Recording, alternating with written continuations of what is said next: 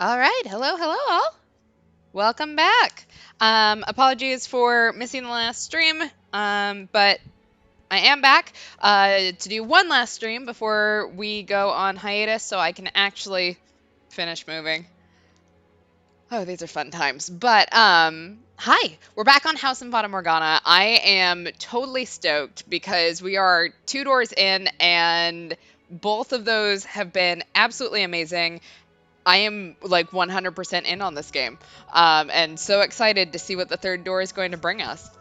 Um, as a reminder, I'm not on camera because, again, I am moving, so my entire house is a mess right now. But we will be back on camera when we come back from hiatus. So, let's recap. All right, so Pauline asked Javi why he didn't tell her that he chased Bestia and survived, and he was shamed by the village for his failure to avenge his parents. Which is still wild to me. Like, this is a little kid, basically. Like, he just murdered a whole bunch of adults. You want this little kid to go to. Anyways, um, Pauline still wants closure for herself to know for certain if the merchant is dead or alive. Javi agreed to show her the den if she promises not to go in the den, to get over it, and to bring him to her homeland. We saw images of the house that the hot maid says she did not show us, which she claims we should already have the ability to see. Bestia smashed anything reflective because he hates looking at himself. Abby offered to let him get rid of her eyes, but mostly just urged him to have sex with her instead of listening to the voice telling him he was always and will always be a beast. When they first met, Pauline and the merchant discussed the sea, and he admitted he cannot stay, but she still fell for him and wanted to be with him. Back in the present, Javi started calling her Polly since she doesn't want to be called Lady, and he had described how strange the mansion feels, while Pauline finds it strangely familiar. She knocked on the door, insisting Yukimasa's still alive, and saw him when she looked at Bestia because they were one and the same. I'm still devastated by that. Like, ugh. I don't know what I was expecting the twist to be, but that was not it. Yukimasa's language is unintelligible to Pauline, but she still chased after him despite Javi's warnings. He turned his katana on her and hacked away at her, telling her to burn in hell when she asked him to move to her country. Pauline was the other beast that Bestia saw and thought that he protected Abby from. It was Pauline's memories we experienced outside of what Hot Maid showed us. Yukimasa put Abby's clothes back on her and saw himself as a man again. She assessed his origins and the effect of the war on their lands, deducing that his foreign and emaciated appearance, plus the language barrier and amnesia, made racists treat him as a beast. He started wanting to be called a beast, if only to feel less guilt over the realization that the other beast he killed is a real human. Pauline's father had a conversation with Yukimasa where he admitted he was not allowed back in his homeland and lied about coming from Japan. As a descendant of samurai, he carried out the execution of Seedorf the Seafarer, which, by the way, I assume we're never going to hear about poor Seedorf again, but that is still the best name I have ever heard for a dude. Like, why is Seedorf not a common name? Anyways, he carried out the execution on smuggling charges, but Pauline's dad was disturbed by how happy he was to do it. He woke up from a nightmare, flashing back to that, and went into denial about the foreign coins that implicate himself as the true smuggler, framing others with the coins and breaking fingers. Yukimasa freaked out about the angel laughing down on him. According to Hot Maid, Abby got mysteriously ill, and Yukimasa went to the village in disguise to get medicine. No one recognized him, and he bought oranges with a jewel. He learned that Javi rallied a mob to assail the mansion. Bestia rushed back to the mansion and followed the blood trail to Abby's corpse in the cellar. Javi did vengeful gloating about Abby's death, and Yukimasa snapped. Without Abby, Bestia calmly embraced his dark urges. The narration verbally tore down his character flaws that led to all this violence. Hot Maid closed the door on the story and said Bestia lost the rest of his humanity before slaughtering the whole village. And thank you for the good luck with moving. I am gonna need it, man. All right, let's get into this. Third door. All right. Now, let us head to the next door. The mansion is quite large, so hold on to my hand. We would not want to get separated.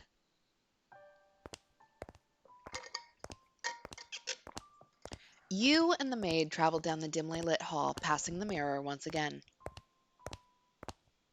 Ooh, hypothesis. Give me a second to catch up with chat. Okay, so chat has a hypothesis. So now that we're 2 stories in and have some clues, our point of view character is possibly supposed to be some kind of reincarnation or representation of the house's previous masters or main characters. So we are Mel and Yukimasa.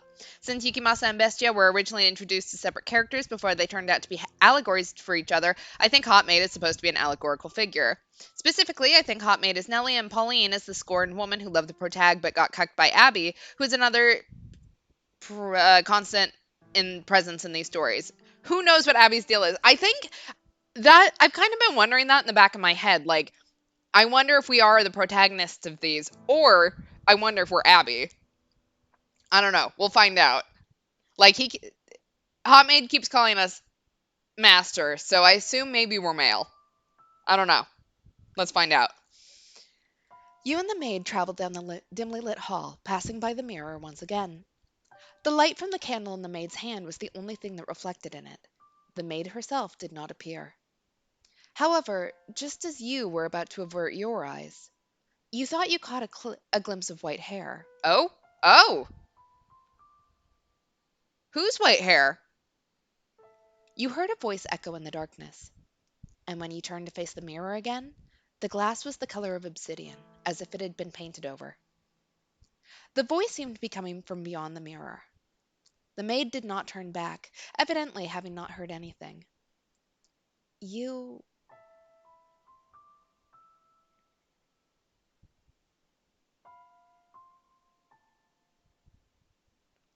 Oh, we get a choice. Okay, are we going to extend our hand or avert our eyes? I don't know if it matters. Like, I've also kind of wondered, like, whether Abby is some, like, I don't know, manifestation of a curse or something. I think we can indeed save. Give me a second to remember how. Oops, not like that. All right, we are saving. So yes, we can save. But what would we like to do? Yeah, like, yeah, maybe Abby's an avatar of the house itself. Like, the only reason why I keep, like, thinking about her as a curse, is because she does kind of seem to be the, harbinger of misfortune that keeps coming in. All right, let's extend our hand. You extended your hand towards the darkness overrunning the mirror. The second your hand brushed against the surface, the tips of your fingers sunk into it. Oh, that's not a mirror. That's not what mirrors do. And the next thing you realized, your whole world was sinking into darkness. You could hear a voice. Yeah, we do keep picking Abby over the hot maid, so we'll keep the pattern going. I am the witch.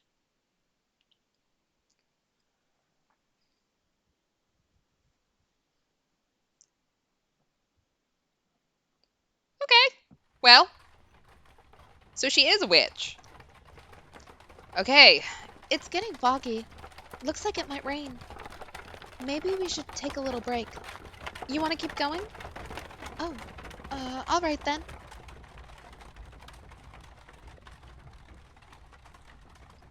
This deep in the forest? Thank you very much. You must be tired after such a long journey. This is the mansion I'm looking for, yes? He could have said something. Oh well. I should get going, I guess. Does no one live here? But if that's the case, then why was I... Such a big door. Please open. Oh. It's not locked, I guess.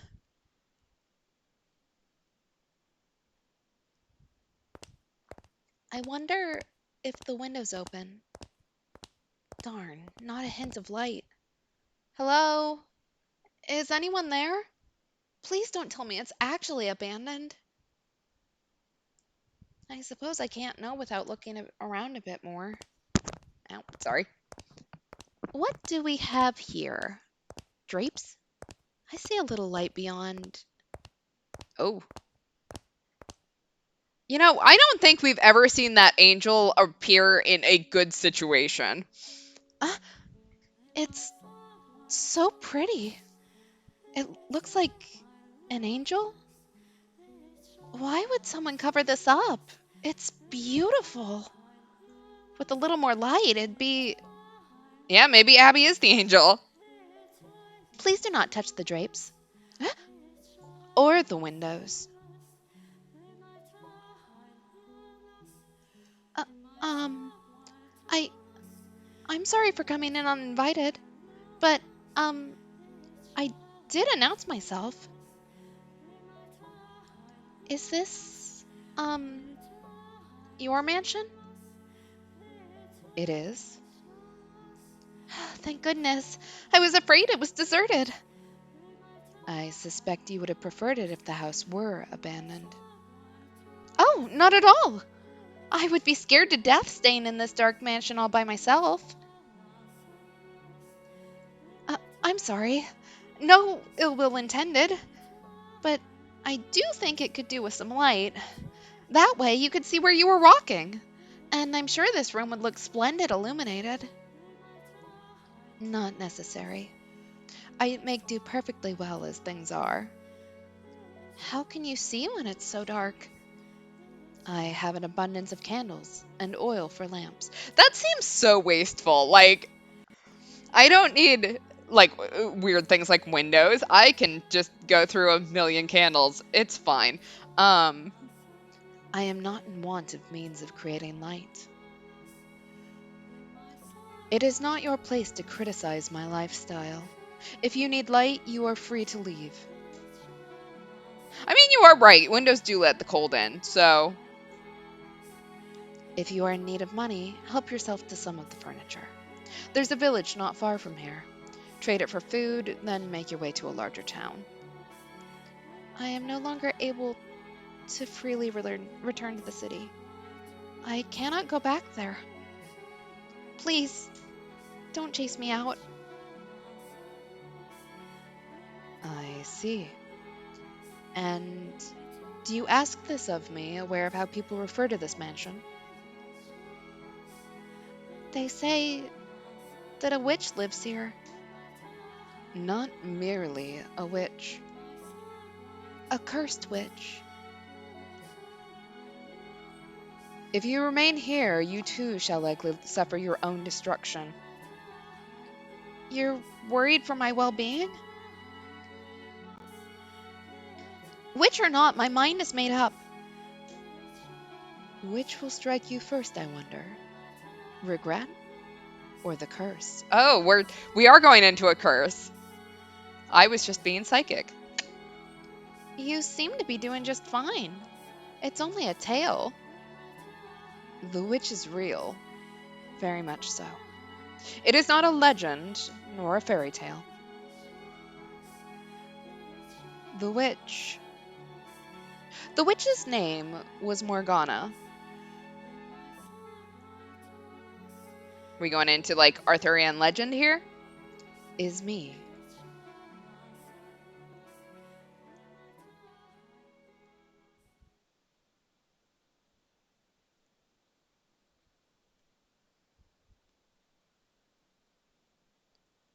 What was that? Giselle? Oh my! What is the matter, master? Why are you just standing in place? There is nothing there.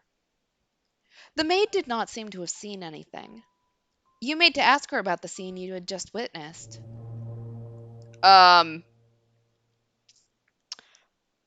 I don't think that's what heads are supposed to do. Yeah, you're worried for my well-being. That's hot.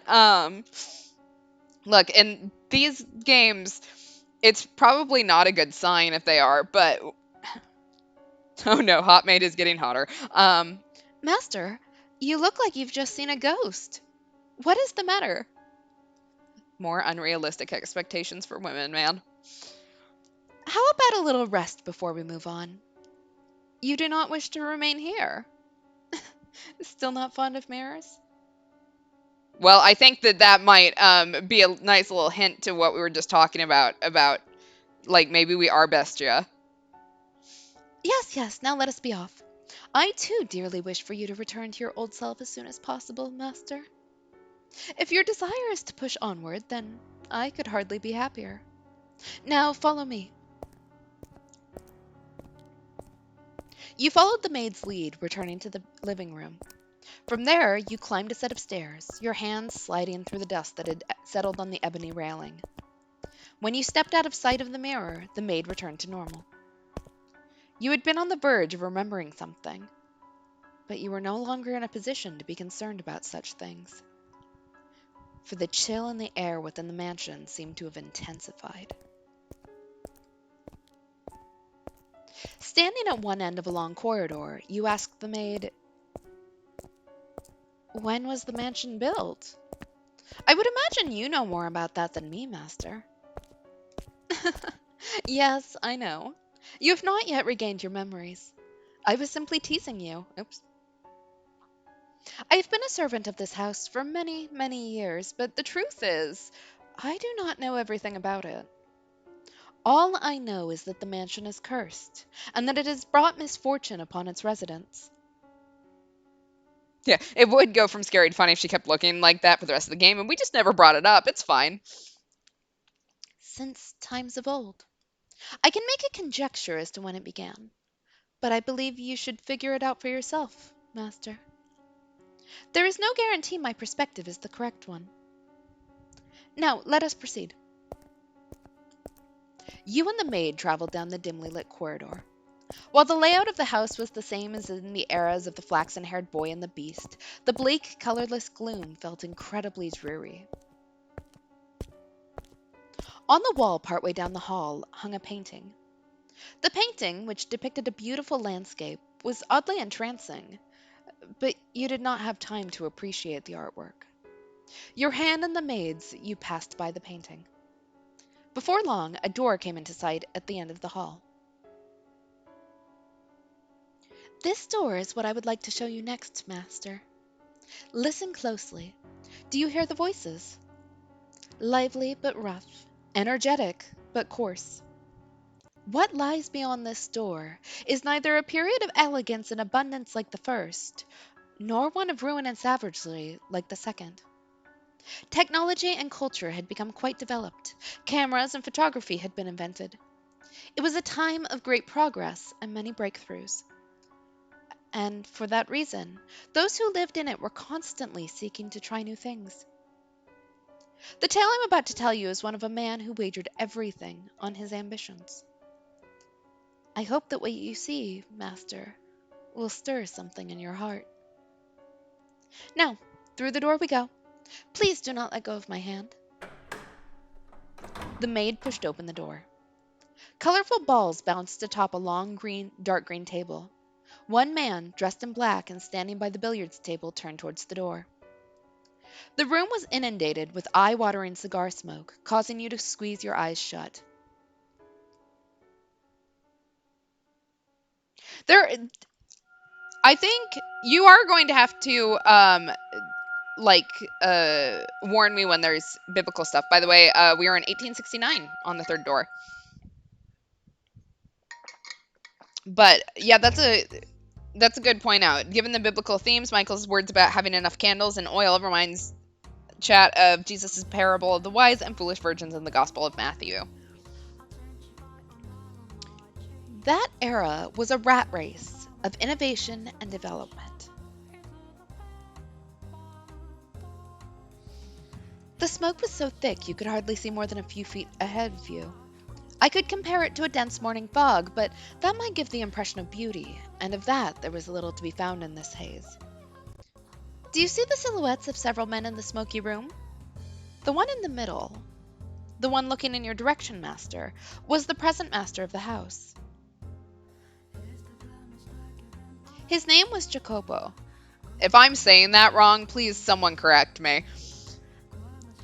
And though he dressed in such fine attire, I sincerely doubt he understood how splendid the furnishings left in the mansion truly were.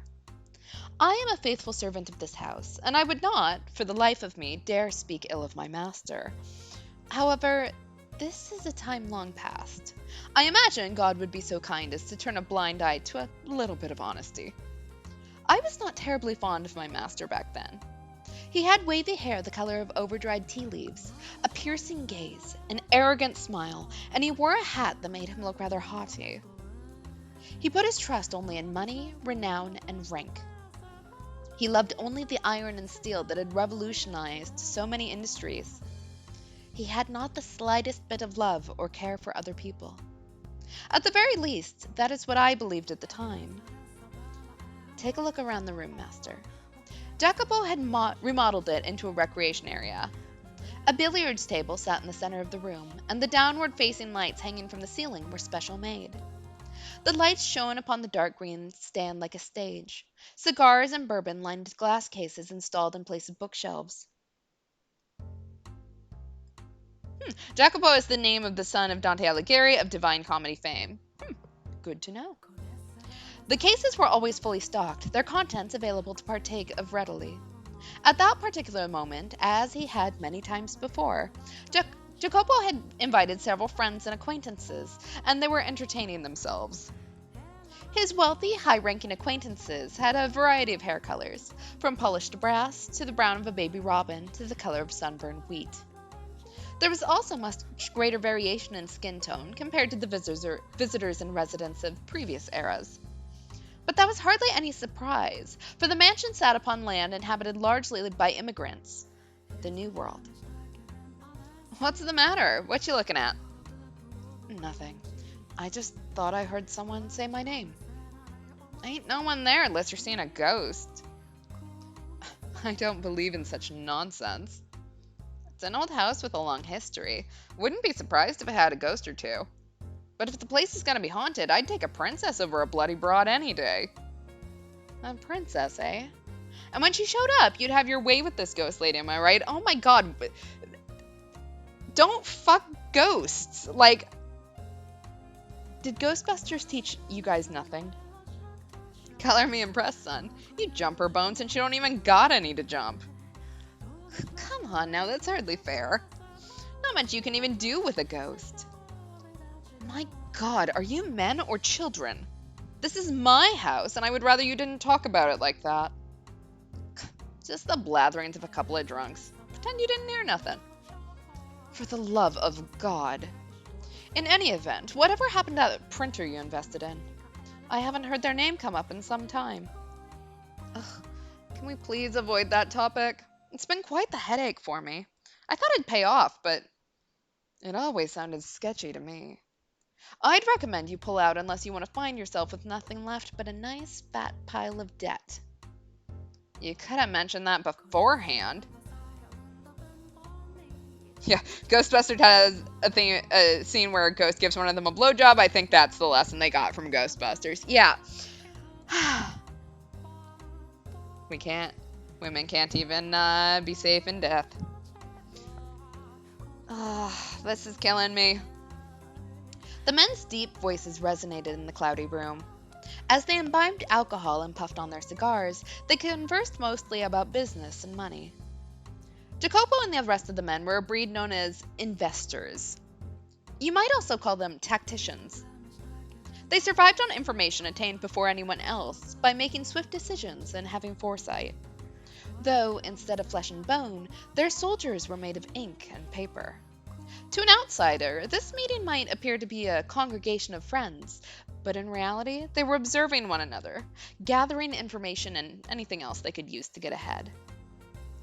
At times, money and information were exchanged directly, and when they were no longer of financial value to one another, their relationship would pop like a bubble and dissipate into nothing.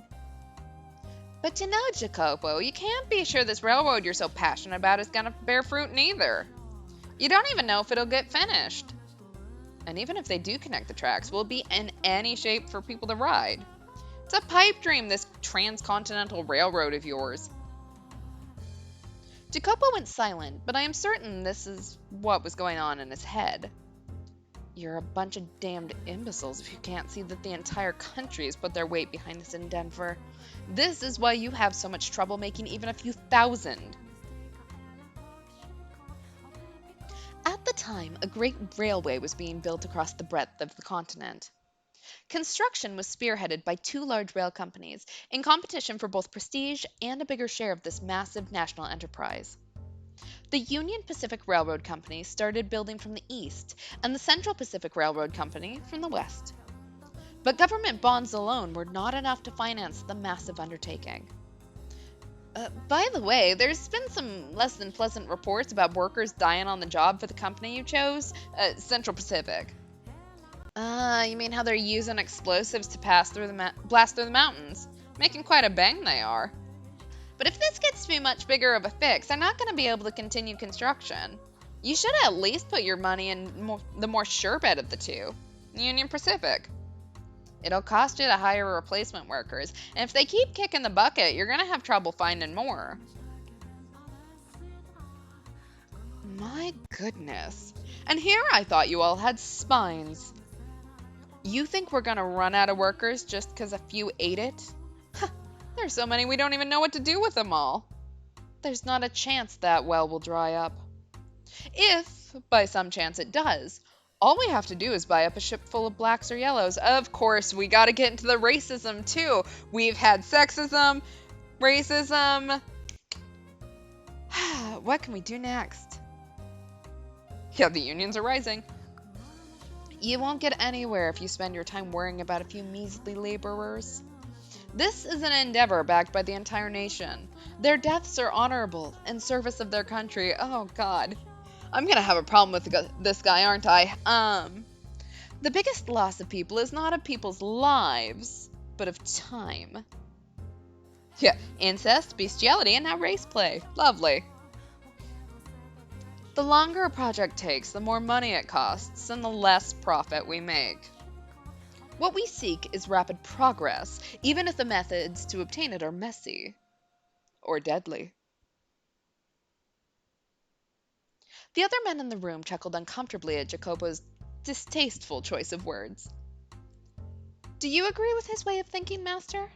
Perhaps he does have a point in that great sacrifice is necessary to accomplish great things. And it is true that tragedy often lies in the shadows of the splendor of times long past. Furthermore, the way people see the world changes with the times, so I hesitate to criticize him too severely. Now, as I'm sure you've already picked up on, he was an investor who had put money into a railroad company.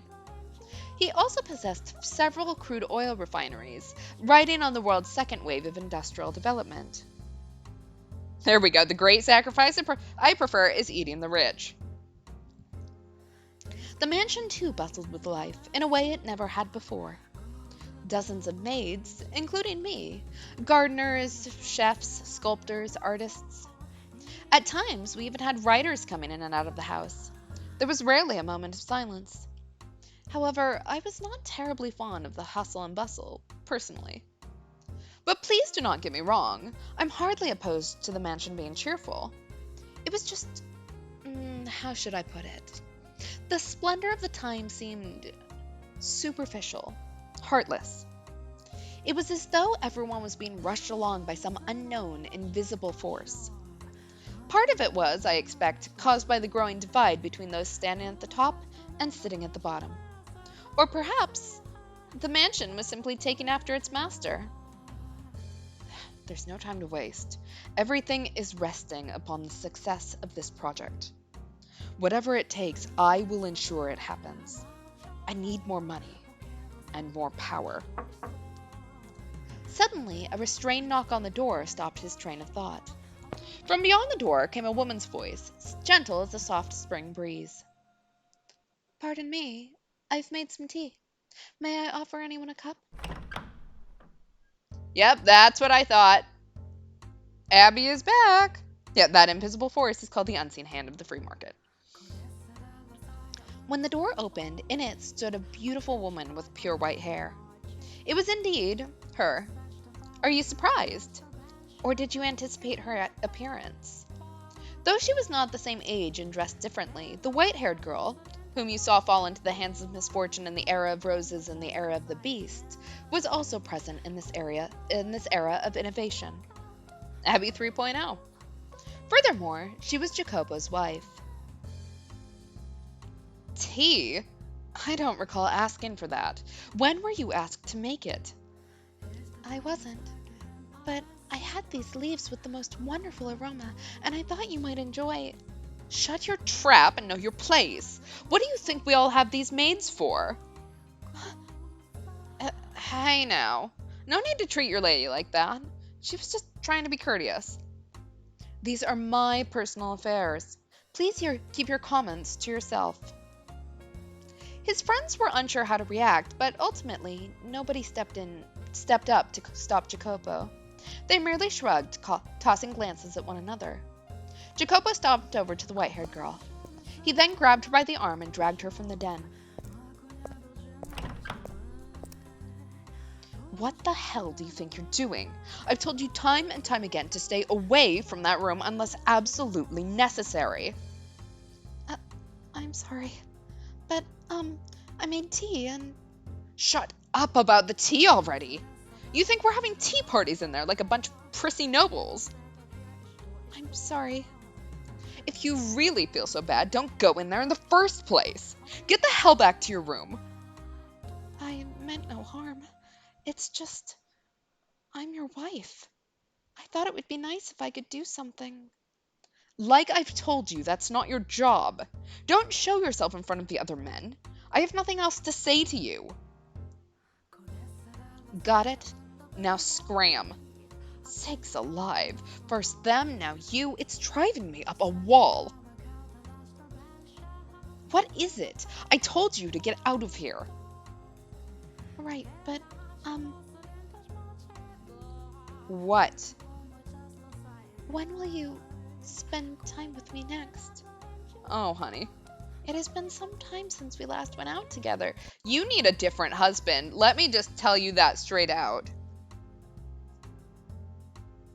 Is Jacopo like H.P. Lovecraft and that he was considered annoyingly racist, even by the standards of his already racist contemporaries? He's definitely shaping up to be something, we'll just put it that way. But we don't even have to go out. Just having dinner together would. How many times are you gonna make me repeat myself, you worthless tramp? Are those ears only for show? Go back to your goddamned room. My apologies. Looking utterly downtrodden, the white-haired girl made her departure. What such a piteous sight she was. As he watched her go, Jacopo merely snorted. Just thinking about the way he behaved then angers me. I have little fondness for men who do not treat their spouses with respect. So, as you can see, the white-haired girl was in hardly a joyous situation. Yeah, can't wait to see who Jacopo's mistress is that hot maid represents. She was devoted to Jacopo and tried to do whatever she could for him, and he not only brushed her aside, he did so in an insulting, deliberately hurtful manner. They were far from picturesque partners. Do you wonder then, master, why she married him? The answer to that question will come to light in time. For now, let us follow her.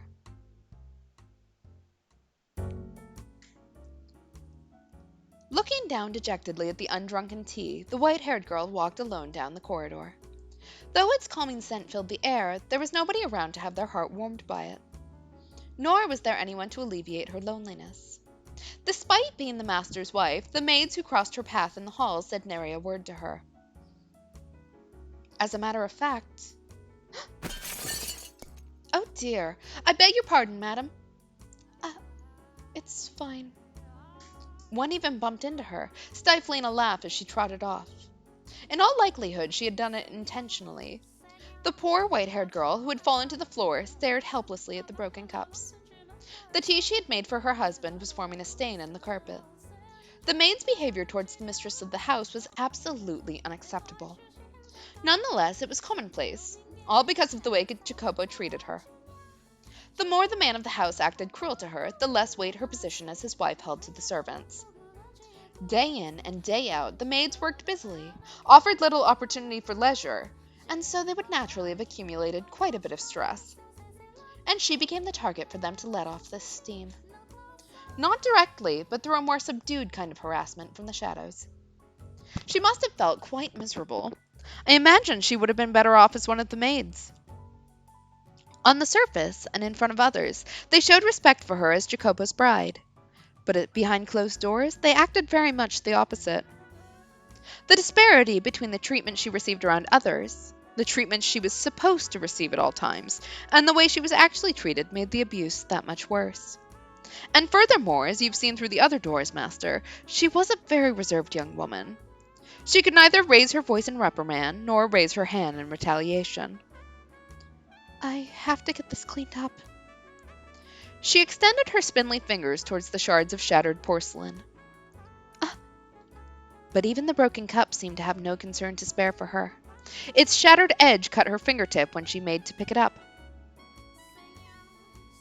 A trickle of warm red blood ran across her unearthly white skin. As painful a sight as it was, it had a sort of taboo beauty to it. The blood spilling from her finger showed no signs of slowing down. She clenched her hand into a fist, let out a sigh, and went back to collecting the shards of porcelain. But when she did... Madam! Madam! What's the matter? Madam, you're bleeding! While all the other maids ignored her, one came running over, shouting to the white-haired girl's side. We need to get that cleaned and bandaged up. Oh, you don't need to pick that up. That's not your job, madam. It's all right, Maria. There's not much to pick up. It is not at all right. And the rest of you, why are you just standing there? Your boss's wife is on her hands and knees, and you're not even lifting a finger to help her. You disgust me. Yeah, that's what I thought too when she first showed up. Like, she looks a lot like Nellie. Like, the situations are almost flipped this time. Maria, it's fine, really. Oh, madam. If you weren't so timid, this wouldn't happen. You're allowed to yell at them, you know. It's all right, really. I'm, it's my fault. Anyway, we should get that finger taken care of. Let's get you back to your room, okay? But the broken cups and the spill. As I said, that's the maid's work. Now come on, let's go. Okay. And the rest of you, get this mess cleaned up. She roared like the wind in a thunderstorm. The other maids stood there dumbfounded, watching as she and the white-haired girl disappeared down the hall. But they were soon frowning and grumbling to one another. She thinks she can act all high and mighty just because the master is fond of her. The woman's name was Maria. She was one of the maids. And she was the one person in the mansion the white-haired girl could think of as an ally. Though her husband paid her no mind and the maids made her life miserable, just one person, Maria, treated her with respect and kindness. And I'm sure you can readily imagine just how much of a lifesaver that was for her. I too found myself somewhat relieved that Maria was there for her. Being a servant of this house, I was also one of the maids working there at that time. However, I was unable to involve myself to any great degree in her fate. This meant that there was little I could do to assist her, even in times of pain and unpleasantness. Oh, that's a good question. Is Maria going to be nice to Abby because she's the mistress and she feels guilty about it? Maybe. I like to think, I would love to think that there is just a nice person in all of this, but maybe not. You're probably more right than I am. The best I could do was pray that Maria would continue to lend the white-haired girl her hand. And that does it! Thank you, Maria. You're always such a big help. Oh, no need to thank me. I just did what any good maid should do. No one else is in the room, you know. Oh, right. Then I can drop the act? Man, I just can't get used to talking all stuffy. I'm out there doing my best, but the head maid's still spouting stuff like, your manner of speaking is improper for a servant. Every single time we meet. Yeesh, come on, just shove it, would ya? You're a damn creep. No, you mustn't speak of her like that. Sorry, slip of the tongue. She just kind of gives me the willies, you know? Speaking of, you drop the stuffy talk too, madam. Kinda awkward if only one of us is acting casual, you know? This is normal for me. If I attempted to talk like you, I would freeze up out of nervousness. This is my casual. Fair enough. Guess that's what happens when you're raised well. I like it though. Has a very regal feel about it. I don't think my upbringing is the only factor. Uh, uh, but you know, upbringing is important. Worth a whole lot more money than money, I'd say. I suppose. Thank you, Maria. You're always so compassionate. You betcha. They don't call me the Virgin Mary for nothing.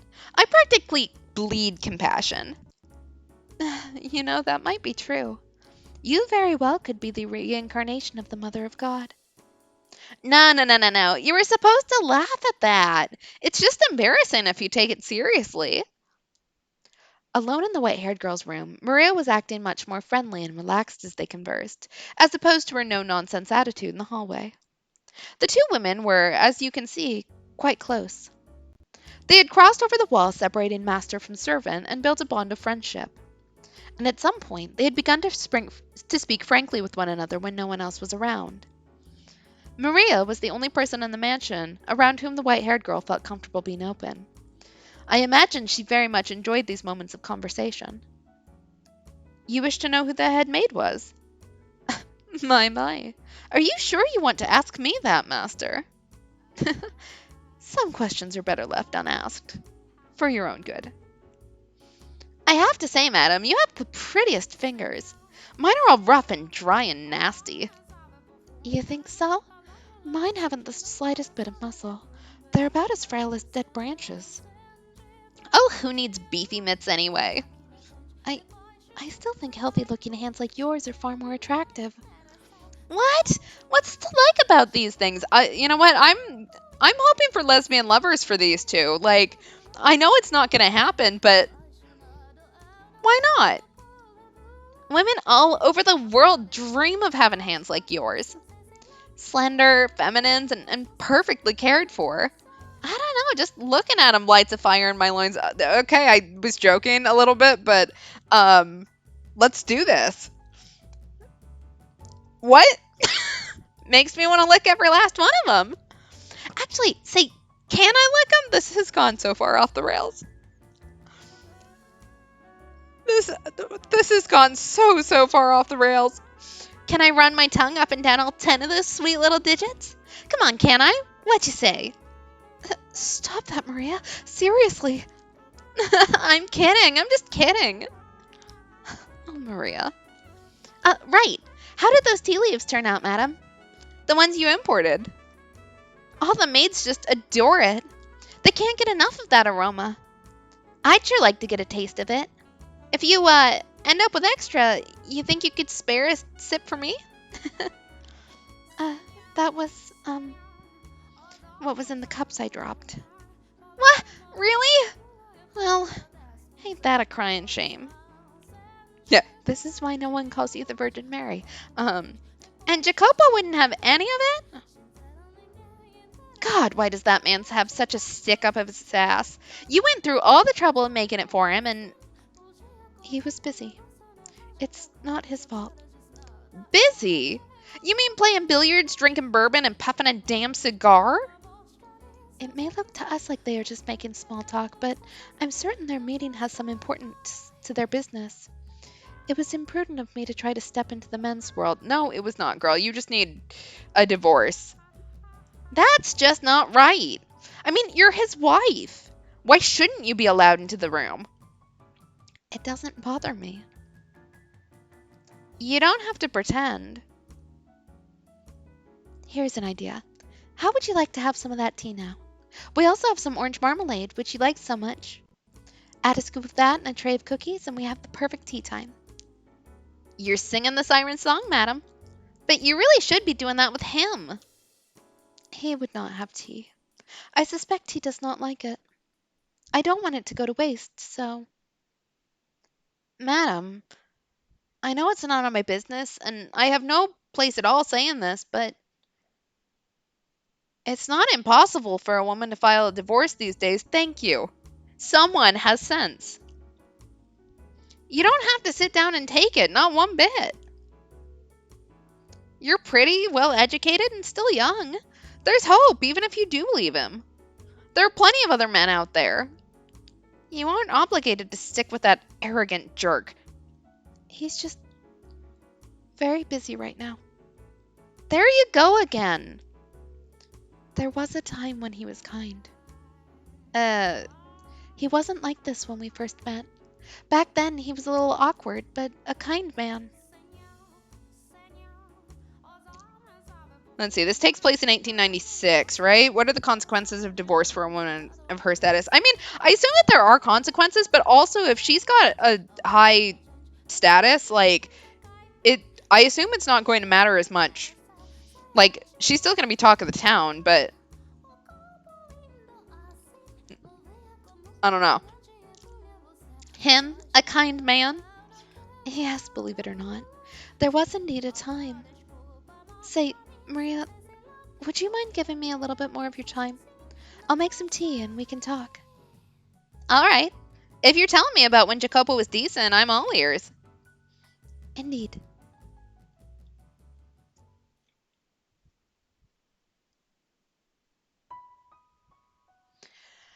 As I'm sure you're aware, our parents arranged our marriage.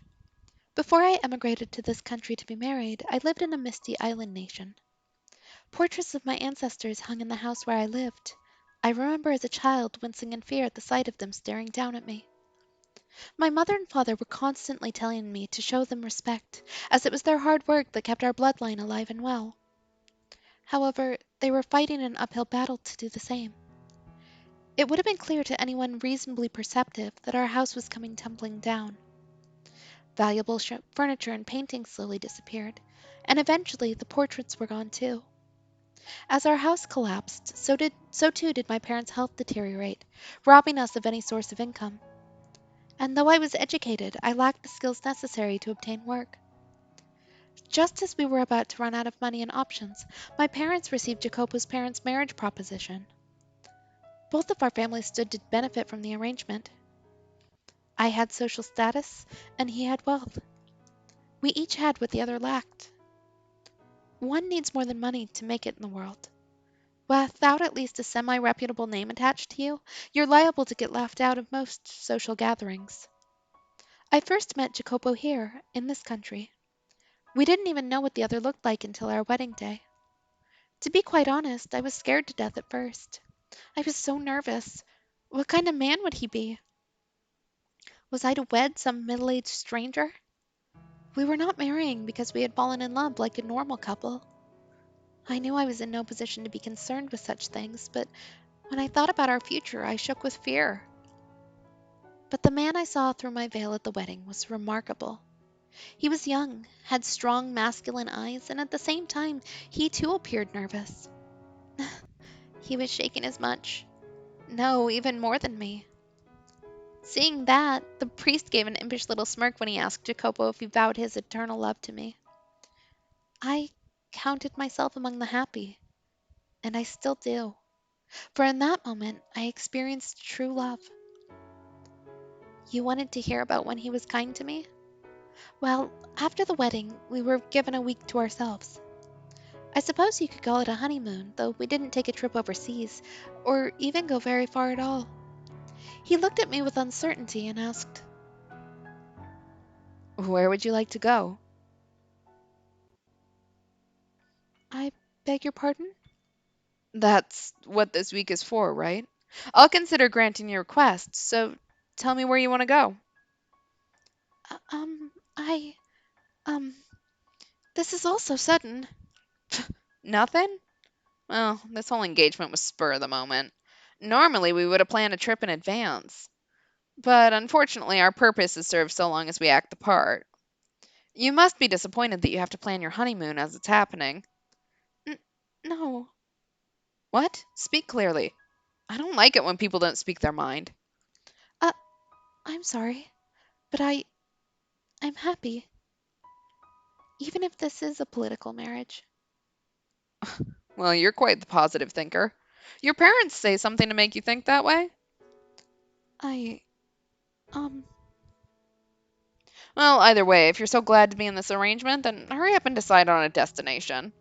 Though there is a limit to how far we can go. If you want to take a trip, I'll consider it. What about this feels kind? Like, yeah, there we go. the moment he was kind to me was after we had bed-breaking sex and some sweet pillow talk. What? Is something funny? It just seemed comical to me that our honeymoon has begun, and we're only now deciding where we want to go. Not in a bad way, though. I'm glad our parents didn't arrange everything for us. Perhaps you've heard, but I am quite sensitive to sunlight and not in the best of health, so it would be rather trying for me to spend a full week out of the house. We couldn't go on a trip, but, if it's not too much trouble, Speak up. could you show me around town? I'm new to this country and unfamiliar with its customs, and I'm rather afraid to go wandering about on my own. Show you around? Yes, would that be possible? On a rare bit of time off, you asked me to show you around town. Is that really the most exciting idea you have? Uh, I'm sorry. If, there is somewhere you'd like to go, I'm fine with that. I will accompany you anywhere. As if I could drag someone who just professed to being sickly all over the country. My God, I've lost all interest in a trip. Again, what about this is kind? Hello, what are you doing? Go get ready now. I beg your pardon? Didn't you want to see the town? You will show me around? You're the one who asked. Not like I have any other options, so yeah, I'll show you around. Th- Thank you. Don't just stand there, you dullard. Get a move on. One moment. Wait for me, please. This guy is just an asshole. Like, I keep expecting this to get better, and it just keeps going downhill. Yeah, the only thing our parents arranged was poking holes in all the condoms we have. I don't know what birth control was like in 1896 or whenever we are, but were condoms a thing back then? He hurriedly climbed into the carriage he had called for, a look of frustrated displeasure on his face.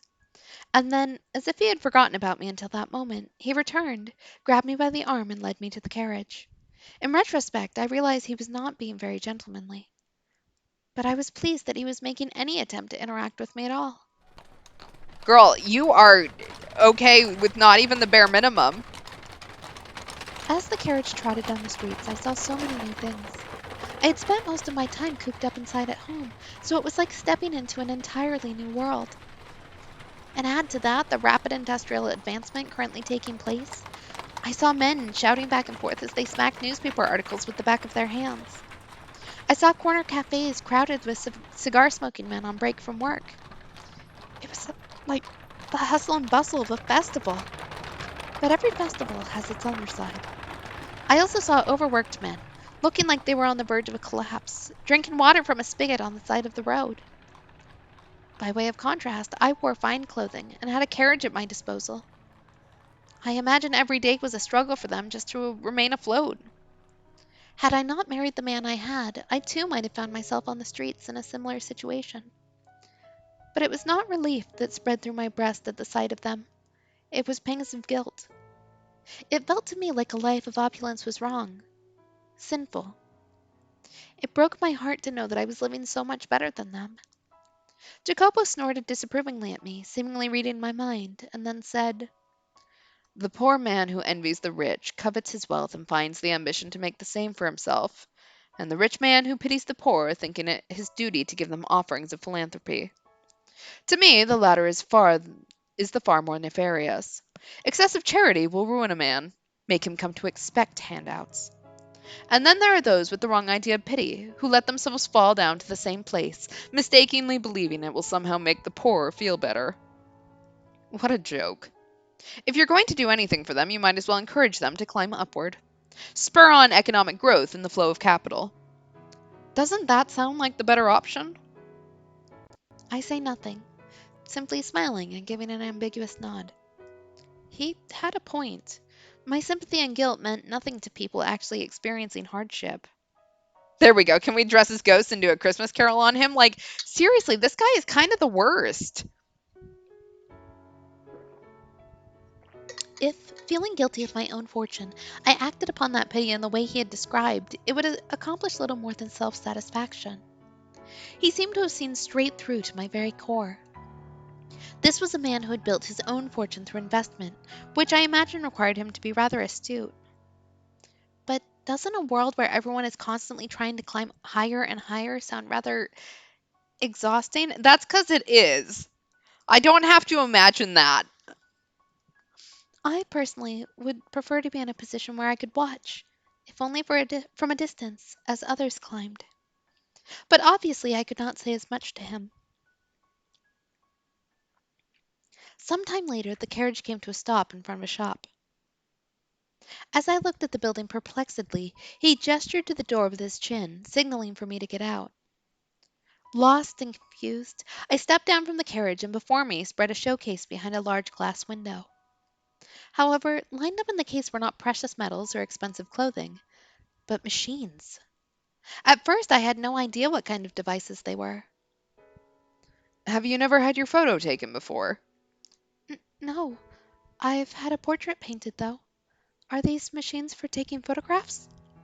A portrait, eh? Why am I not surprised? I did not mean to boast. Go on, get in.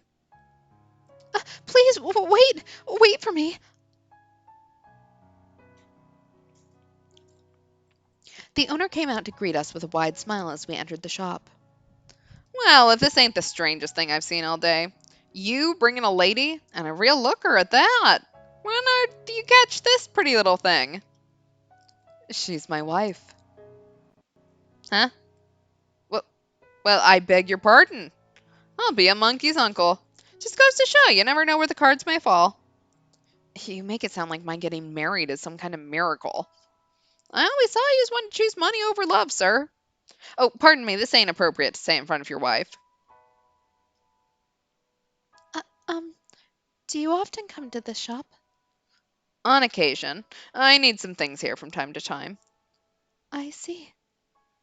There you go, smirking again. What's so funny? We're going to have our photo taken, yes?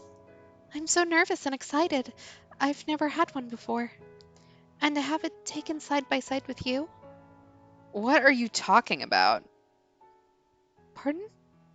Who said we were getting our pictures taken? And side by side? Please. You're sending shivers down my spine. But, but this is a photography shop. Hey, shopkeep. The product I contacted you about, is it ready? Oh, yep. Sit tight, I'll be right out. Huh?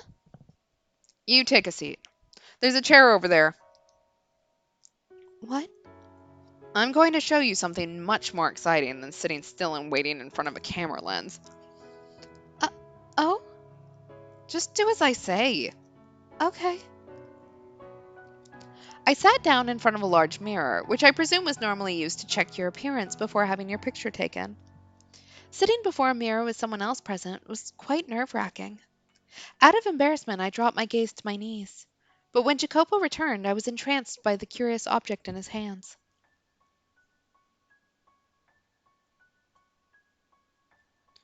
What is this? Do you know what persistence of vision is? Huh? The human eye does not perceive the world 100% accurately. This is especially true for objects in motion. It remembers images for a short time, so if you put a new image in the same place, your eye perceives it as motion. Um, Seeing for yourself will be faster than explaining it. You see the slits in the disc. Look through the bottom one and into the mirror. uh, okay. Good, just like that. Bring your head in close. Here goes. Standing behind me, he slid his finger across the top of the peculiar toy, causing it to spin gracefully. And then,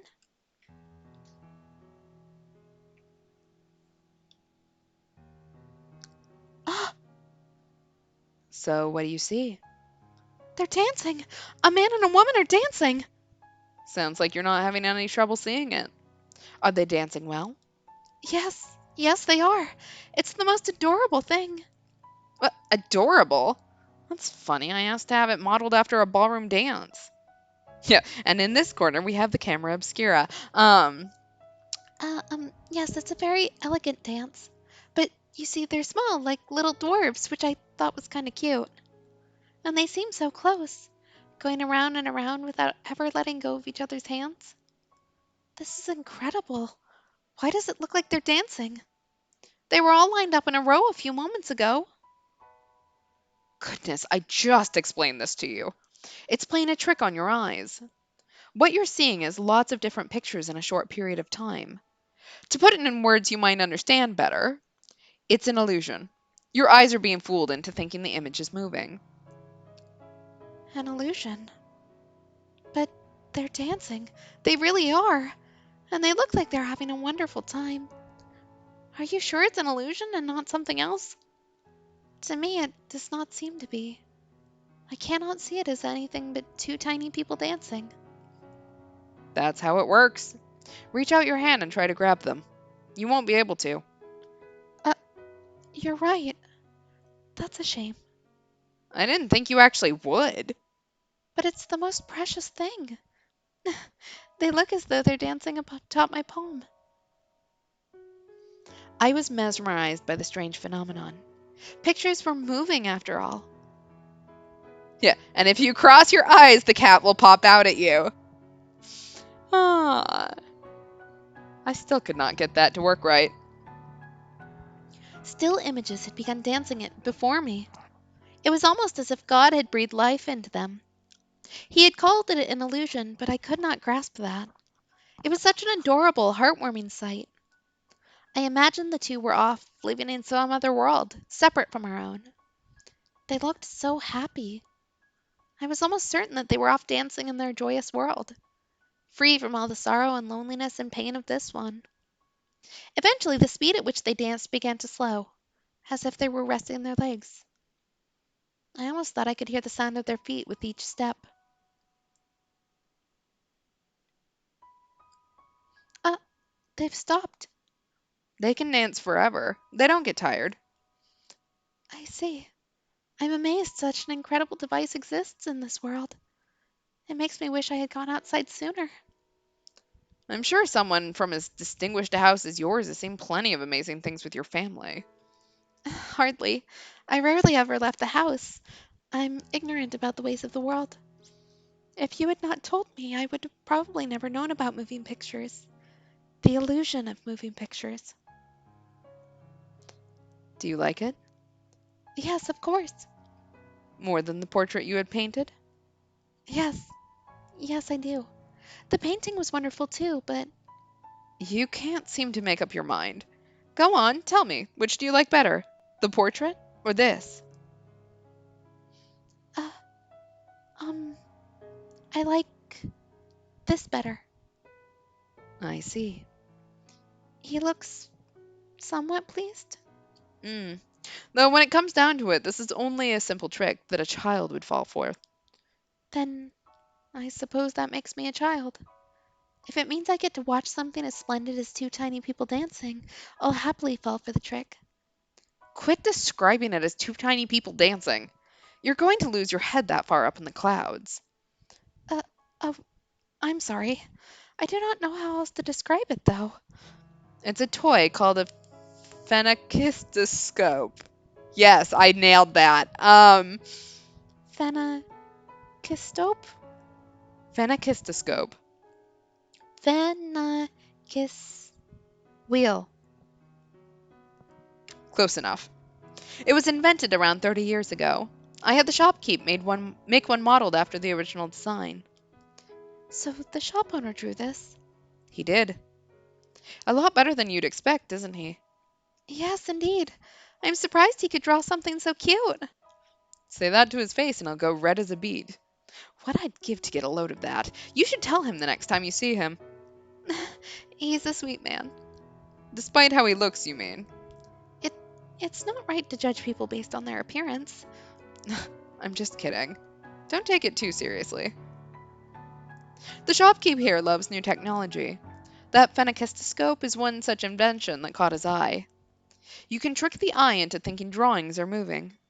Using a sequence of photos, you can perhaps make it seem as though real people are moving too. And if it becomes possible to show these images to many people at once, these developments could broaden the options artists have to express themselves. Not drawings, but photographs? Yes, photos. By taking hundreds or perhaps thousands of photographs, it would be possible to reproduce the world as we see it. This room, people walking down the streets. There's no point in recording boring everyday life, though. If you're going to leave a record of anything behind, it should be the projects and enterprises that move nations.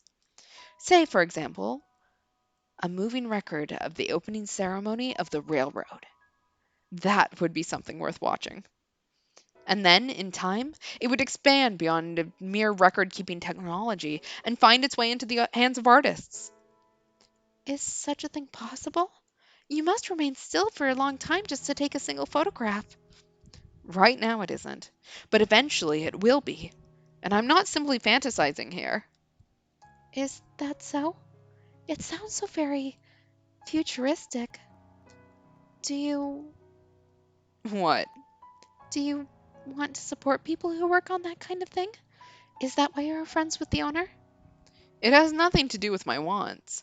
I merely think there's money in it. The rich starve for entertainment, and artists create that entertainment. I have no interest in their pretentious self expression. I just want their money. What? What's so funny? You look like you're enjoying yourself. Honestly, it's just about the money. As you say.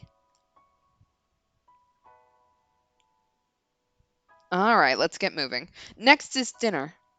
What? We're leaving already? Does that displease you? No, not at all. To tell you the truth, I wanted to spend a little more time playing with the Finacus wheel, but I could not bring myself to say as much.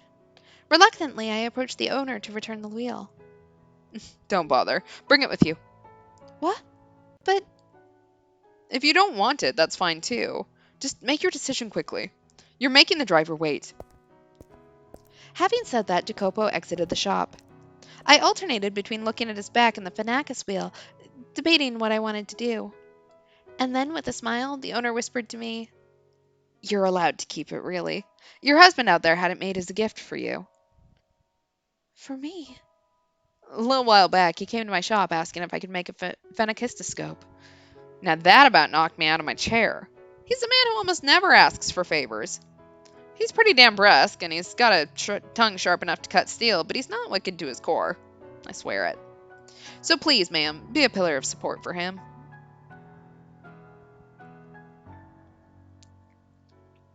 In that moment, the Finacus whale became a precious treasure to me.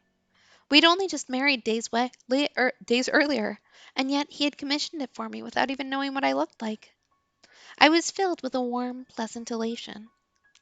I agreed with the owner. Jacopo was not a bad man.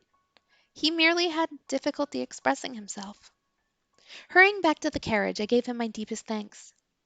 He glanced over at me for a moment, then turned back to the window and muttered, Yeah.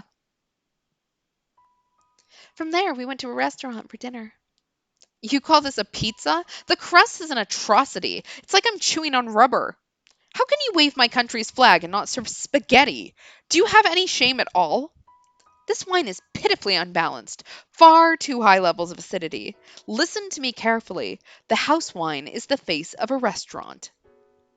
He complained about every little thing. It was a complete disaster. But curiously enough, I was not at all put off by his behavior. Girl, you need higher standards. Like, there are far better men out there in the world. Like, come on. When the sun set, the carriage made its way to a nearby hill. The cool nighttime breeze felt wonderful on my skin. Flush from the alcohol and the light from the gas lamps had a comforting warmth to it. Though Jacopo had complained about the quality of the wine, once he had intoxicated himself, his mood improved visibly. I will point out, look, like, the first or second glass of wine, like, you care about the quality. After that, not so much. Yeah, what? No spaghetti for Jacopo? It made him unexpectedly talkative. Look out at the city. A gloomy town that shuts down at night isn't suited to expansion or growth, but this city isn't like that. You can see people walking beneath the lamps, and you can hear the bustle of them talking. This is a city that still has plenty of room to grow. As they ride the rising wave of the economy, many, many more people will gather here. More people means more money in circulation. More money in circulation means the city grows, companies are founded, and more goods are bought and sold. Will it really change so drastically? It can be difficult to see what's happening from the inside. The majority of people just go about their daily lives, and the next thing they know, things are different. No, I'd wager most don't notice the changes at all. Only those with eyes sharp enough to realize what's happening can seize success. I cannot afford to overlook even the most minute change. Do you have a dream of some kind? A dream? I'm not sure if it's easy enough to attain to call it dream. Others might call it greed, or perhaps ambition. Don't laugh now. My intention is to make the world mine. The world?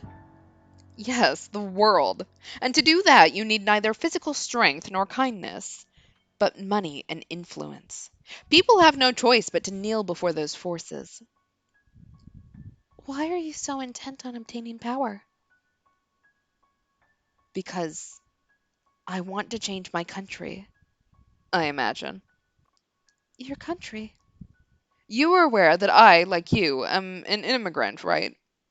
I immigrated from an island in the Mediterranean, though not the same island as you.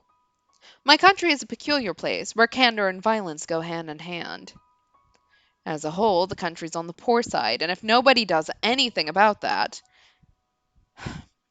I am but one of but a few of my fellow countrymen who has set his sights on the New World. They are falling far behind other nations. If I find success here, perhaps that will catch their attention.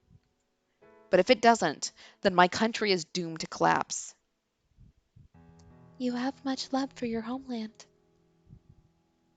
My feelings are a little more complicated than mere love, but that's nothing you need to concern yourself with. Well, I'll have to remember not to get myself drunk around a woman again. Forget everything I just said. It's about time we head back to the house. All right, but, What is it? is it all right if I provide you encouragement as you try to attain your dream?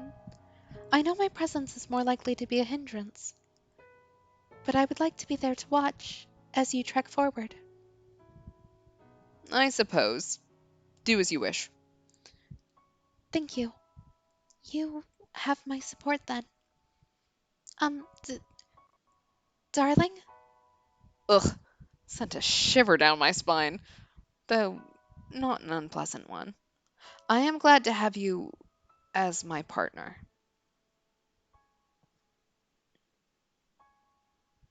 I was, without a doubt, happy then. His smile, the things he said, the Finacus wheel he gave me, they were all undeniably real. And those memories give me the will to wait for the day things go back to the way they were. They are not going to go back to the way they were. Come on, girl, you can do this. They allow me to believe.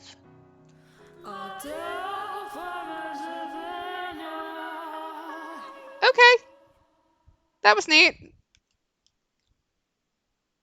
This is something that actually happened to another maid. She heard a sound in the middle of the night, a sound like dripping water. At first, she thought it was raining, so she looked through the window and there wasn't a cloud in the sky to cover the stars. Maybe it's a faucet, she thought, so she stepped out of her room and into the corridor. Compared to her room, it was unearthly chilly. The maid regretted not bringing something to cover herself with. But that didn't make any sense. Normally, the temperature wasn't that much colder outside her room. Her night clothes had always been more than enough for a trip to the lavatory. Wondering what the reason could be, she made her way towards the sound. But then she realized something. There were no faucets in the direction she was going. Rather, she was headed down a hall. The mansion where she served had many halls, but this one was off in a corner of the house, the least used hall of them all. It had a high roof, but not a lot of space, so it was difficult to make good use of. It also had a somewhat heavy air to it. A very curious room. It was the kind of place you might assign someone to clean as part of their hazing. Anyway, when the maid realized the sound was coming from that particular hall, she, as you might expect, let out an uncomfortable sigh. But there might be a leak, and having noticed, she couldn't simply ignore it, you know? So, as much as she hesitated, she pushed open the doors to the hall. There was nobody there, and it didn't look like anything was leaking either. There were no puddles or water stained anywhere to be found. But she could still hear the sound.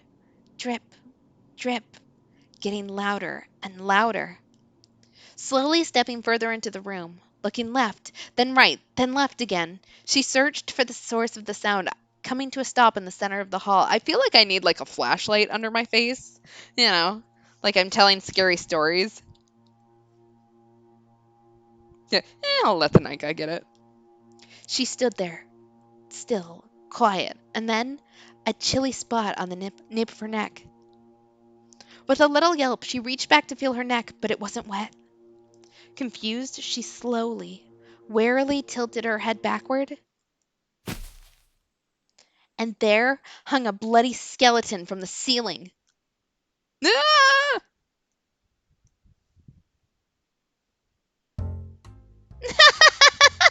Oh, that's rich! Amazing! Oh my god, you scream like a little girl.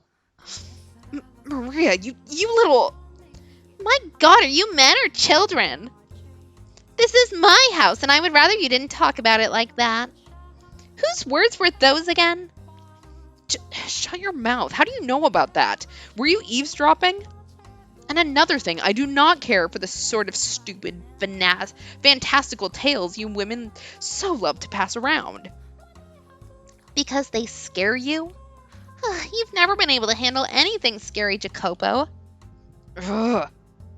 Whoa, don't glare at me like that. You're going to destroy my sides.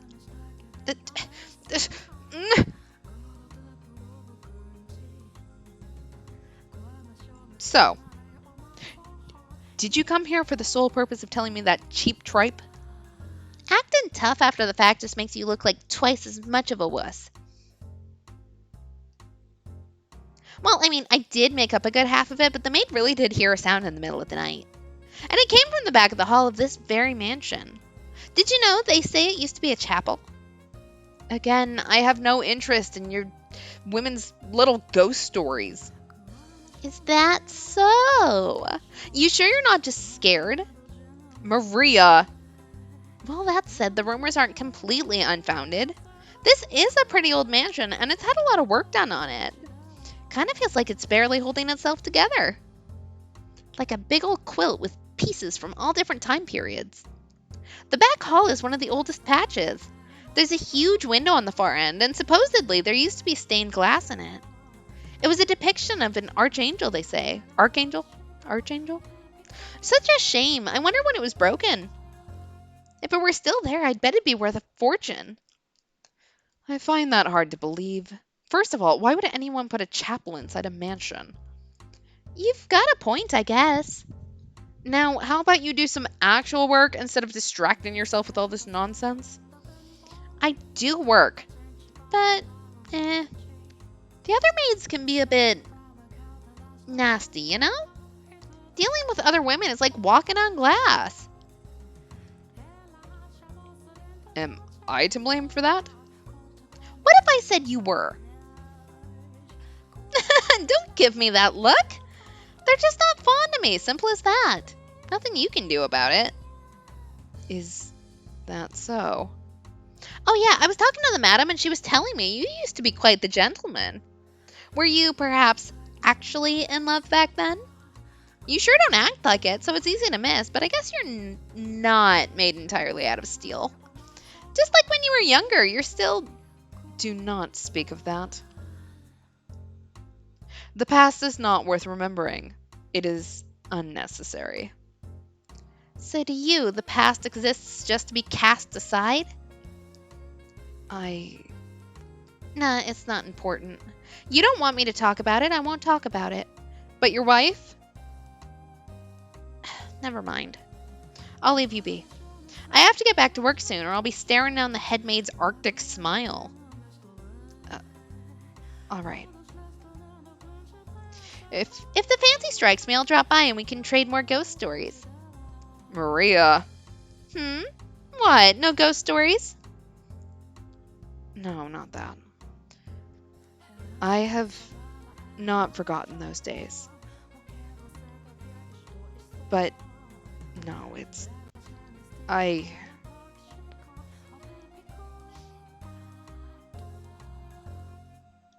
I'll be off then. Alright. If the fancy strikes you, drop by and we can trade something other than ghost stories. What'd I tell ya? I'll consider it. Goodbye. Okay, so it is Archangel. Archangel. I can read, I swear to God. God damn it. I can't escape anything. So Maria's from his past, which is why he's fond of her. Where are we going with this? They've grown to be so beautiful. Such a wonderful fragrance. The scent of roses is so calming. I wonder why that is. Would it cause any trouble if I picked one? Well, hello there. Out for a midnight stroll, are you? Quite the peculiar hobby, madam. Uh, um, I cannot spend as much time as I would like outside during the day, so I end up coming out at night. I apologize if I startled you. Oh, no, not at all. There's a chilling, captivating beauty to the sight of your snow white form standing there in the moonlit garden. I would hardly. Um, what are you doing out so late? I saw a figure through the window. On the slight chance it might be a burglar, I thought it my responsibility to ensure they did not break in.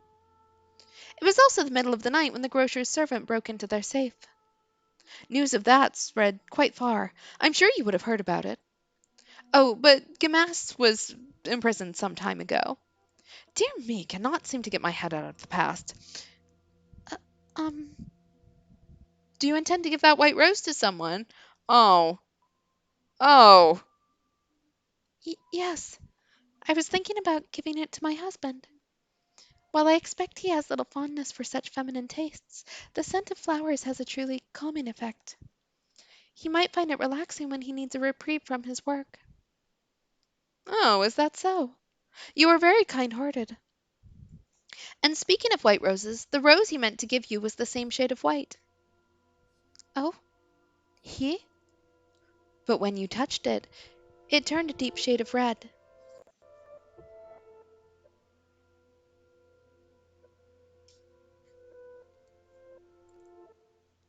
Oh. There was but a single white rose in the garden, so he was unable to give it to you as he had wished. In its place, he had a decorative rose fashioned for you. Uh, um, what exactly are you referring to? Oh dear, do you not remember? Then, am I to assume you have forgotten what happened to the rose accessory as well? He was unable to give that to you either. But that time because you rejected the gift. I am not criticizing you for that decision, of course. You had a perfectly good reason for not accepting it. Heartbroken from having lost you, he buried the rose in this garden. Over the years, the roses in the garden withered away, and in their place grew a thick, unsightly nest of weeds. Many, many years later, that accessory was dug up by a beast. And curiously enough, it had not a speck of rust on it. A beast? You do not remember him either. The foreign man who, through his interaction with you, almost regained his humanity. I. I'm sorry. I have no idea what you speak of. The only gift I've ever received from a man is my Finacus wheel. And furthermore, I've only ever lived in this mansion for a year. While the garden was not as thriving as it is now, it was certainly not in ruins when I arrived. Because I had been taking care of it, yes. But for whatever reason, by my hands alone, I was unable to make it into anything quite as splendid as it is now. Once you arrived and began to work on it, however, just look around. You've restored it to its former glory, to the magnificence of the flaxen-haired family's time. I promise I'm not trying to fault you for anything. Now that I think about it, it makes sense you would not remember. Though you are still you, you are different from before. Different, though not in the sense you are a wholly distinct person. Tell me, is your name again? I don't know how to, like, should I do a static sound? I feel like that would be really harsh through the microphone. Maybe I won't do that. My name is. Yes, but you should already know that. Again. More proof that you are indeed you. Did you know that your current name is pronounced the same as the name of the person you are waiting for? What are you talking about? I have met you many times, and I know of your past, of events that transpired long, long ago. Uh, um, I, I, I'm telling you the truth. I first came to this mansion just a year ago. Until then, I had never left my country, or even set foot out of my own house. We did not have any servants either. So where, then, are you saying that we met? This mansion, of course. But I'm telling the truth. It was a year ago, shortly after my parents fell ill and received an offer for my marriage. I knew something had to be done. I knew it, and I'm telling the truth. If that is what you remember, then I do not doubt you. But I also suspect I know why you seem so flustered. Are there moments when your memories seem hazy? When it seems like important details have fallen through the cracks? You needn't fret. One day, eventually, you shall remember them all. One day.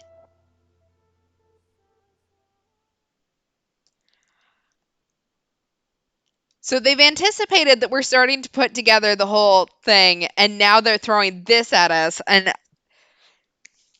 I'm all in, man. I'm so excited to see where this goes. Like, let me at it. What the hell is this? A white rose? Did she leave this here? A flower? What does she think she's doing? Is she trying to aggravate me? That garden. That damn rose garden is the whole problem. Flowers serve no purpose but to deceive. That garden is a sign of weakness. It has no place in this house.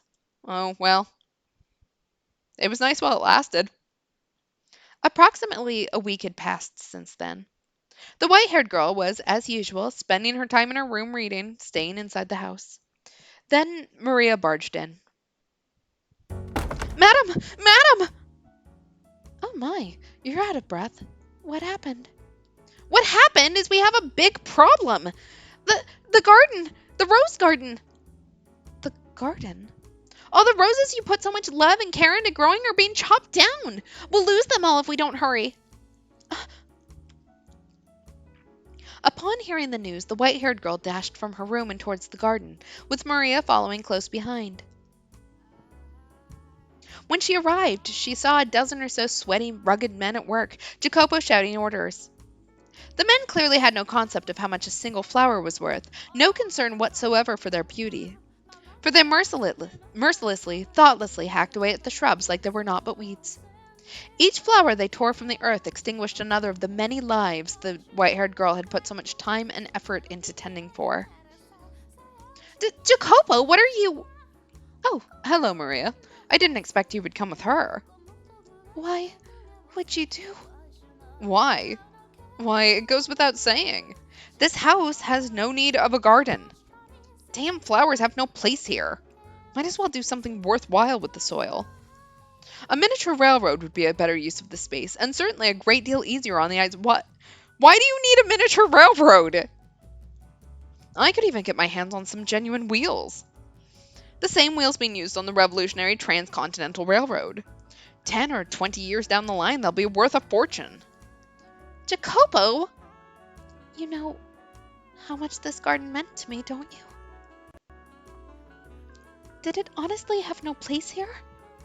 Flowers have a calming effect on people. They give you peace. They are not by any means worthless. So you're saying that white rose was your passive-aggressive way of telling me to calm down? Not at all. I simply thought you. At the end of the day, you're just using them for your own purposes, to trick and deceive. To you, this rose garden was nothing more than... Jacopo! You've gone too far. This isn't right. Gone too far? This is my mansion. What I do with my property is my business. With that rose arch out of the picture, we'll have a much better view. There won't be anything blocking the sun any longer. Weren't you supposed to be sensitive to sunlight? Spend too much time out here and you're liable to fall ill. Get back inside now. You too, Maria.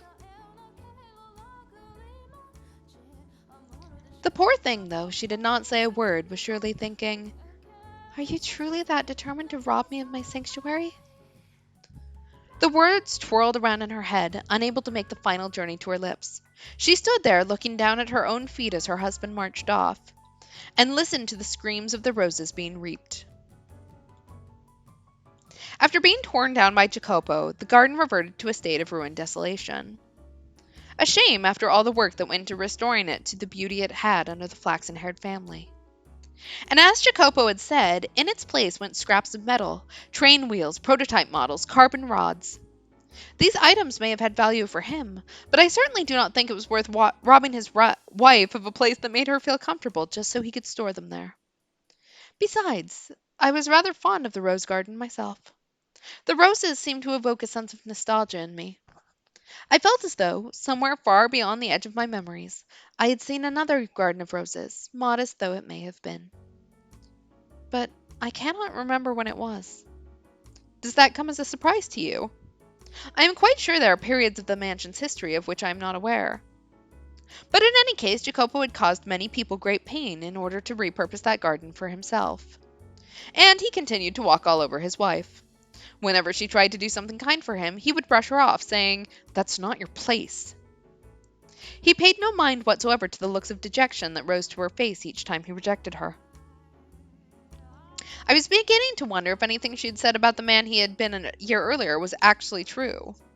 And if it was true, could a person really go through such a drastic change of heart in such a short time? What do you think, Master? No, I have spoken enough about me already. I seem to be talking a lot about myself this time. But that's hardly appropriate behavior for a maid. Now, let us return to our tale. That evening, the white-haired girl sat in her room, staring sorrowfully at her phenacus wheel. A small mirror before her, she tried spinning the paper disc.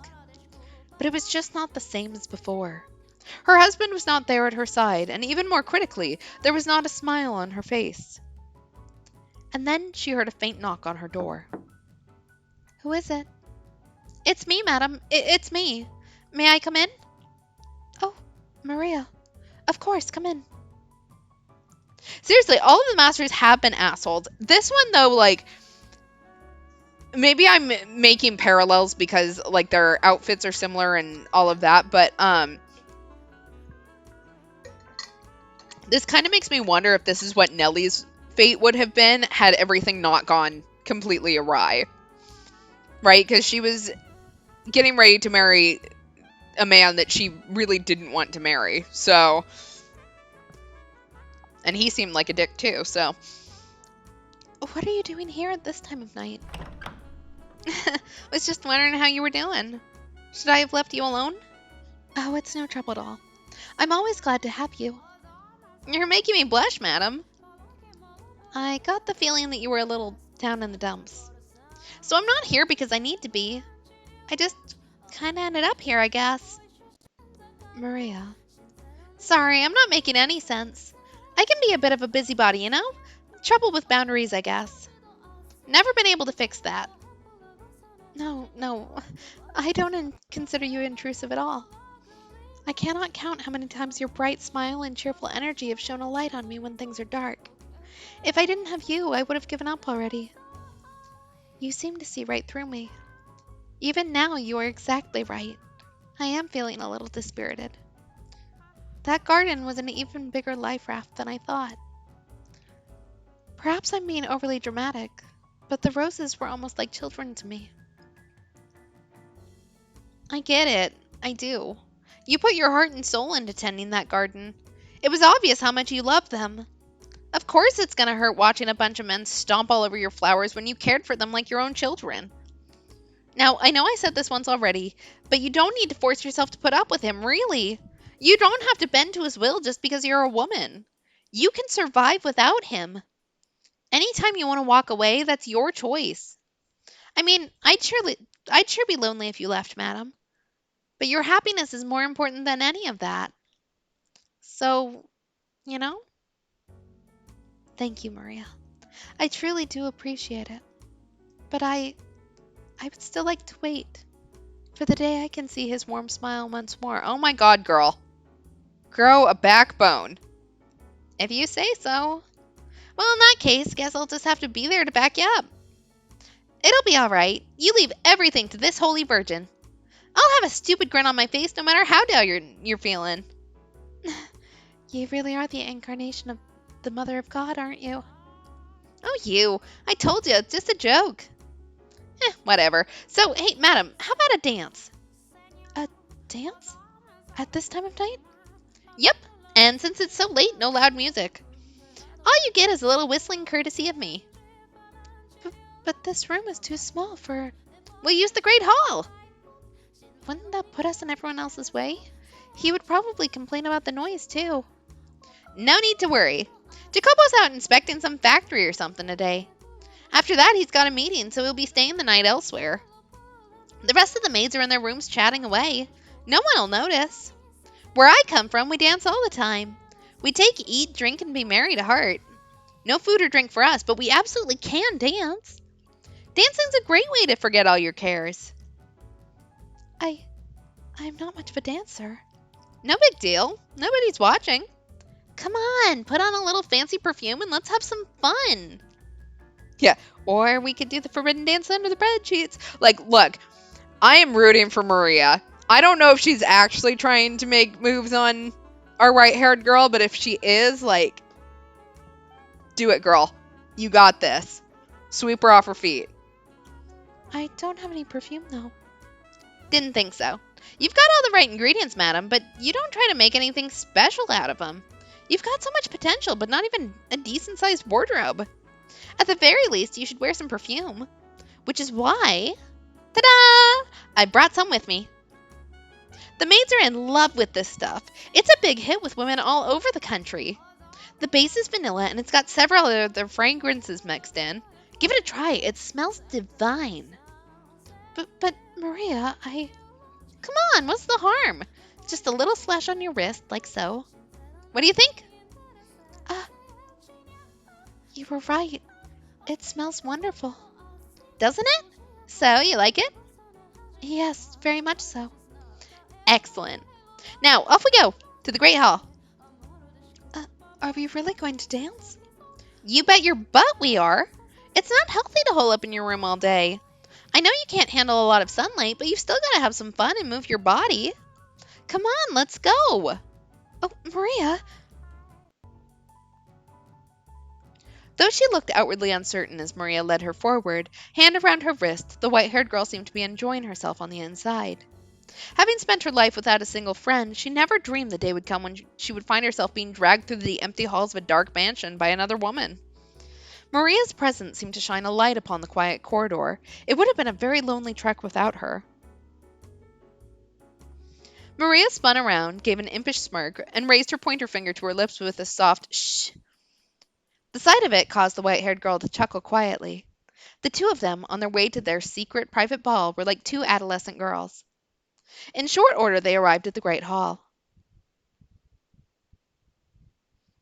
My heart was pounding all the way here. What's there to be nervous about? It's not like you're breaking any rules. Only kids get in trouble for staying up late. Once you've grown up, you're responsible for yourself. I will say, though, that it seems rather odd for two women to dance together. Oh, if you're having a good time, what does it matter what's between your legs? Where I come from, there's dancing where families lock arms in a big ring and go round in circles. So, who says two girls can't have some fun together? I imagine you had many good moments with your family. Well, I don't have a family anymore. What? All right, so I'll show you how it's done. Watch carefully, because you're up next. Uh, oh, okay. With a wide grin on her face, Maria began whistling softly and prancing across the floor with an energetic rhythm. It was not the kind of complicated dance you'd see at fancy parties. The motions were simple, flowing, unembellished. A folk dance, I suppose you might call it. She seemed to be improvising a little bit as well. But in any event, the white haired girl was captivated. Despite it being a sequence of steps anyone could replicate, Maria breathed life into the dance. She was neither as lithe as an acrobat nor as light on her feet as a professional dancer. She was her own lively, beautiful self. Maria twirled in place, the skirt of her maid uniform billowing gently up around her. With a smile, she extended her hand towards the white haired girl. She hesitated for a moment, but as if being pulled forward by some invisible force, she took Maria's hand. Hand in hand, Maria ushered the white haired girl into her dance. It was just the two of them, but you could almost see the crowd forming around them. The other people stepping up to join in. That's it, madam. Doing great. Now lift your leg up. Good. And spin like so. This is not easy, Maria. I'm having trouble following along. You can do it. Looking good so far. You're a natural, madam. Oh, Maria, I won't fall for your flattery. I mean it. The whispers of the two girls, their muffled laughs. Step, hop, step, step. The rustling of fabric. Many different soft sounds layered atop one another, creating a little bubble of happiness in the center of the hall. The white haired girl's movements were a great deal clumsier than Maria's, but Maria would never disparage her for that. On the contrary, she showered her with praise. As flustered as the white haired girl appeared, I imagined she was quite pleased. Before long, the tightness in her face muscles loosened, a smile spread across her lips, and she began to brighten up. See? What'd I tell you? Fun, huh? Yes, I'm quite surprised, both that I can dance and that I enjoy doing it so much. Glad to hear it. They exchanged looks and both laughed. That might have been the first time I had ever seen the white haired girl so delighted. However, because of her infirmity, she quickly found herself out of breath, her porcelain skin flushed red. Maria immediately stopped for a break. She could surely have continued dancing for some time yet, but Maria was conscientious of the white haired girl's physical condition. She looked over at Maria regretfully. My apologies. If only I had more stamina. I'm hardly a suitable partner for you, Maria. Sure you are. This is all to cheer you up, madam. So long as you're having fun, nothing else matters. And heck, I'm enjoying myself plenty too. What do you think? Wouldn't it be nice to do this again sometime? Whenever you're feeling down, let's dance. If you really do enjoy dancing with a frail girl like me, then I would be glad to. Have a little more confidence in yourself, madam. You're so pretty and kind-hearted. I have loads of fun when I'm with you. So you don't need to be so hard on yourself. Got it? Thank you. The pleasure is mine. 'Tis an absolute honor to have the rare opportunity to see such a bright smile on your face, madam. My apologies for keeping you out so late. I should get back to my room. Oh, I didn't even realize what time it was. I'm more than up for a little more gum flapping.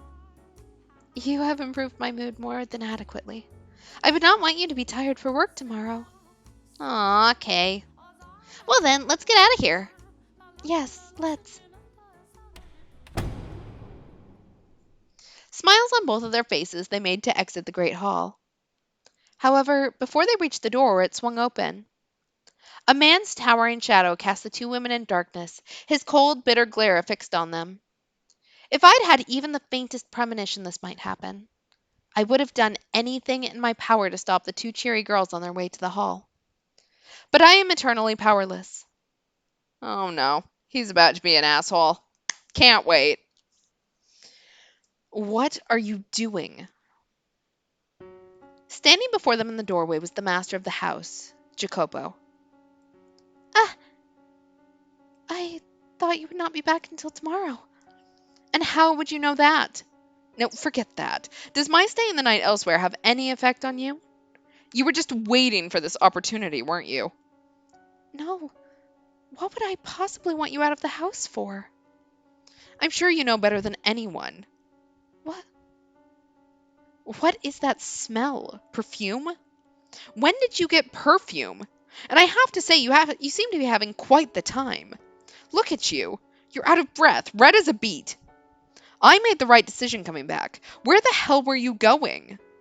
No, I wasn't going. Jacopo, calm down, seriously. You shut it. Now you're taking this tramp's side? Uh, I have told you before you are not to leave this house without first consulting me. Or do you mean to tell me that you've forgotten? God, your ears aren't just for show, all right? They're better than that. They'll even throw out the parts you don't want to hear. No, I swear I was not doing anything you. Silence. I have no interest in your excuses. You're always watching from the shadows, observing, trying not to step on anyone's toes. And in the back of your mind, you're mocking me. No, Listen up and listen good. You just try stepping out of line again. You just try disgracing me again. You will not get away with it. For the love of God, get back to your room now. You too, Maria. Uh, all right. God, what is this sickeningly sweet smell? How utterly infuriating. It'll take forever to get this off me. I always thought you had at least some sense of taste. Why did he have to disparage her so? What did she do wrong? What did she do to deserve that? She did nothing whatsoever wrong. She deserved none of the ridicule he showered her with. However, she was not a strong willed woman. She did not have the courage to retort to the man yelling at her. And neither did Maria, it seemed. Without another word, they both scrambled out of the great hall, away from Jacopo. The white haired girl was a painfully miserable sight to behold. The cheer had drained from her spirit, and the rosy hue from her now pale cheeks. She was hunched forward slightly, looking like a small, scared animal. Say, I'm sorry. This is all my fault. If I hadn't asked you to dance, and me bringing the perfume only made things worse. No, you need not feel bad about anything, Maria. Everything you did was with my best interests at heart. So, don't worry. I will be fine. Uh, Madam, I'll clear everything up. I really am to blame after all. He wouldn't even give you the time of day if you tried. He's a stubborn little shit when he's mad. I'll talk to him. He's more likely to listen to me. I'll make sure he knows he was jumping to conclusions, that I'm the one who dragged you out there to dance. And also that I forced you to wear the perfume. I'll clear everything up, okay? So please, you cheer up. It would be best if I could tell him myself.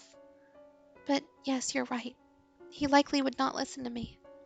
He rarely ever listens to me. I should be ashamed. I cannot even hold a simple conversation with my own husband. These things happen, you know? It's not easy being married, in a lot of ways. Yes. Yes, you're right. I apologize for having you do something so unpleasant, but I would appreciate that. Oh, no problem. I'm happy to. No need to apologize. I've got this. I'll dunk his head in cold water until he's not blowing steam from his ears anymore. I'll cool him down, promise. And you never know, maybe he'll be open to listening. You could be back to the way you were a year ago in no time. Don't you worry, I'll take care of it, madam. Be positive. You look so much better with a smile on your face. All right. Thank you. I doubted Jacopo would listen, even coming from Maria, and I imagine the white-haired girl felt much the same way. However, she grabbed onto that sliver of hope. She let herself dream. She let herself believe, even faintly, that everything would go well. Such is human nature. When uncertainty has you in its clutches, you grasp at whatever hope you can find to keep yourself afloat. That night she did not sleep. She was afraid that even in her dreams Jacopo would be shouting at her. She felt as though her memories of a year prior were beginning to crumble away. All right, and we are going to end here for tonight. I think this is a good place to end. So next stream, keep an eye on the on our Twitter channel because I'll let you know when we are back. But I've got to get everything kind of set up and get all my streaming stuff unpacked and all of that beforehand. So probably won't be until 22nd ish at the earliest. But again, I'll keep you updated. I don't have any other announcements that I can think of. But thanks for hanging out. I've really appreciate it. Always appreciate having everyone watch any of these. I will do my best to make sure that the YouTube channel is updated so you can go watch old streams if you really miss them. And yeah, we will be back. Thanks for hanging out and have a good night, everyone. And thank you for the good luck. I very much appreciate it. Bye.